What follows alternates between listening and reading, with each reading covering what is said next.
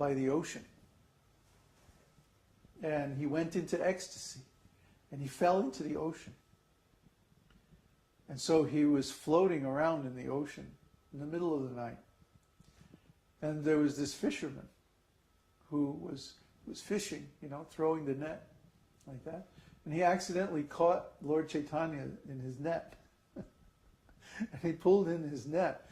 And he touched Lord Chaitanya while the Lord was in a state of profound ecstasy.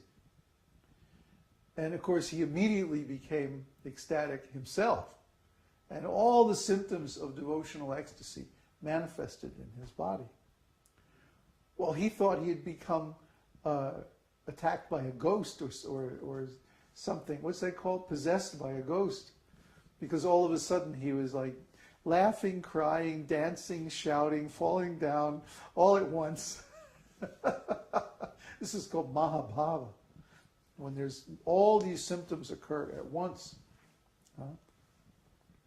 So the poor fisherman, he was freaking out. He thought he'd gone mad. He thought he had lost it completely. And the devotees found him wandering along the ocean, just like gibbering. Because they couldn't understand, or he couldn't understand how this could be caused by anything. So because it was outside his ontology, outside his model of reality, he thought he was mad. You see? So if someone is chanting the Hare Krishna mantra and they don't know these things, they don't know what these different symptoms are, or what they represent, or how they're linked with Krishna, or what their relationship is to ordinary psychology, and they start to experience these symptoms, they won't know what to do with it. You see? Just like most people don't know what to do with consciousness. So what do? They just ignore it. They just take it for granted, not realizing that they're having a spiritual experience. Not realizing that every night when they go into dreamless sleep, they're actually resting in the arms of Brahman. They don't know these things because they don't know the scriptures. And because they don't know the scriptures, when they do have spiritual experiences like dreams and stuff like this, they tend to just ignore it, or they even forget it. You see? Just like many young children have memories of their previous life. But we tell them, or they may even have some direct perception of God. But we tell them, no, Johnny, that's just your imagination. It's just a dream. It's not real. Because it's not concrete, objective, and physical. You see? But that's an incorrect interpretation of our inner experience. The real fact is, spiritual things are more real than this solid, objective, material existence, because they're permanent, they're spiritual, they're eternal. Whereas everything in this material world has a beginning and an end. But spiritual experiences don't, because consciousness is always spiritual. That's why it can't be measured by any material thing, any material instrument or experiment. The scientists will never understand consciousness, because they assume that everything has to be measurable, and they can't measure it. So they say it doesn't exist. It's just a figment of your imaginary mind. But mind doesn't exist either, and yet these scientists are so proud of their mind and their intelligence. Where is it? Can you show me your mind? Can you measure it? Can you weigh it? Can you show your mind functioning? Well, we can measure brain waves. That's all. It's a long way from brain waves to a mind. So actually the scientists are completely off base. Yet everyone pretty much accepts their story of how the world is made. See, this is bogus. This is totally bogus. If we really want to know what the world is made of, it's made of spirit. It's made of pure consciousness. See? And then we ourselves are a tiny particle of that consciousness. And the conscious whole is called God or Krishna. And he has an individuality, and we have an individuality. And both those individualities are eternal. See, this goes right back into the very fundamentals of what is the spirit soul, what is God, what is their relationship. So now we start talking about their relationship in terms of the experience of the jiva. What do you experience? Well, whenever you conceive of the relationship of the jiva with Brahman, the part with the whole, the drop with the ocean, when you conceive of that relationship properly, then devotional service develops automatically. Bhakti is the symptom of self-realization, in other words. So, what is bhakti? What are the different parts of bhakti? What are the functions of bhakti? What are the symptoms of bhakti? Why does bhakti give us pleasure? Why, what are these different manifestations of pleasure? And why do we feel them in relationship with devotional service? See, all these things we need to know. Otherwise, when they start happening to us, we'll freak out.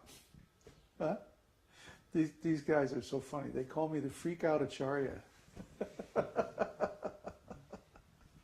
Because I'm just natural about this stuff. It's not like we're trying to fit devotional service into the confines of a religious organization, because it won't fit. It's too big. Devotional service is infinite. It's unlimited. It's eternal. So if we start talking about, well, we have this ritual and that will give you divine love or something like that, that's just bogus. It's so limited. No. We say everything that the living entity does can be dovetailed with devotional service to Krishna if it's done as an offering of the energy of the Lord back to the Lord himself. It's a very broad principle. It's a very, very robust platform of spiritual consciousness. And it gives direct realization of the Supreme Person. See, therefore, it's more than religion. It's the perfection of religion. Self-realization. You see? Direct personal relationship with the Lord. Right? And we get to keep our identity, we get to keep our personality.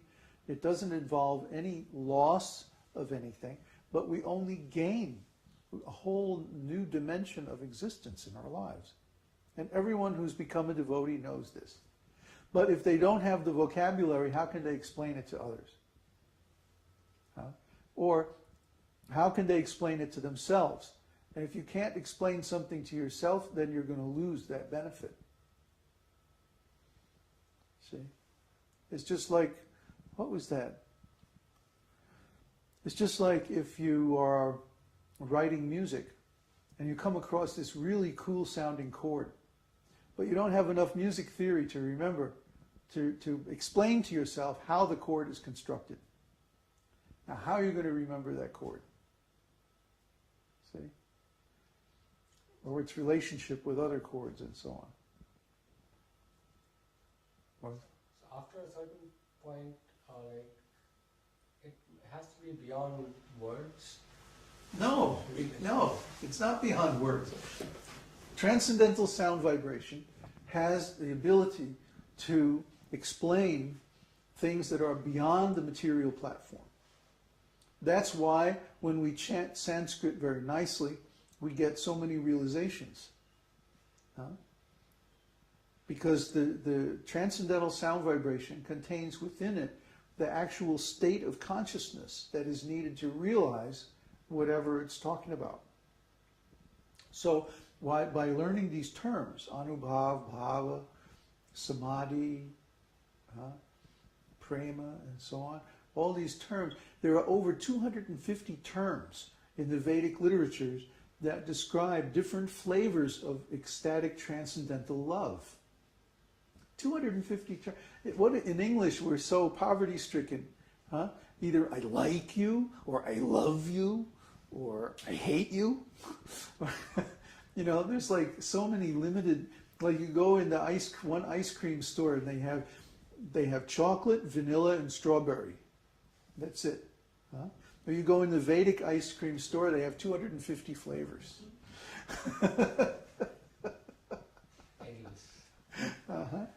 So just see. It's just like I was saying before about Elvis Presley and Beethoven. Elvis Presley is like one flavor, right? Not a very good flavor either. But Beethoven, there's all these possibilities. So many different moods, so many different expressions, you see. So there's no discussion about it. I mean, Beethoven is intrinsically superior to Elvis Presley. Nobody, even that doesn't like Beethoven, would ever try to disagree with that. Because it's completely stupid that Presley could be more. No, impossible. So in the same way, the vocabulary and the philosophy of devotional service is so far beyond